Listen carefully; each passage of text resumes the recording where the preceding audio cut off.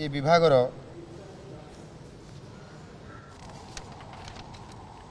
तृतीय प्रस्तावटी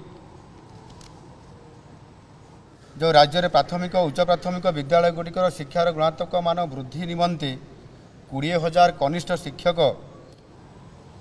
स्कूल एवं मास एजुकेशन योजना भित्तिक नियुक्ति निमंते ओडिशा विद्यालय शिक्षा कार्यक्रम प्राधिकरण तरफ विज्ञापुटर बेस्ड टेस्ट सीबीटी परीक्षाफल आधार में आवेदनकारी योग्यता भित्तिक तालिका प्रस्तुत करने निमंते निर्देश देइथिले।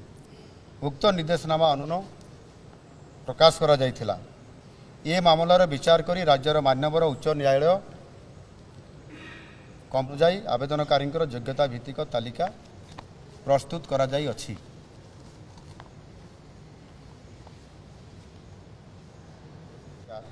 प्रकाश निमंते प्रस्ताव आज राज्य कैबिनेट सूचना और मार्गदर्शन निमंते ताकू उपस्थापना करा जाइथिला।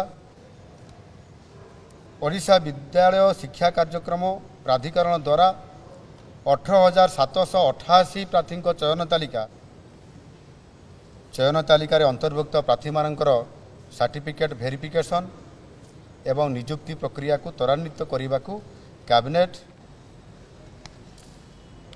अन्य प्रस्तावटी होउची जल संपद विभागर उठा जलसेचन प्रकल्प को सचल एवं पुराणा सचल प्रकल्प विद्यालय और गणशिक्षा विभाग को निर्देश देइछंती।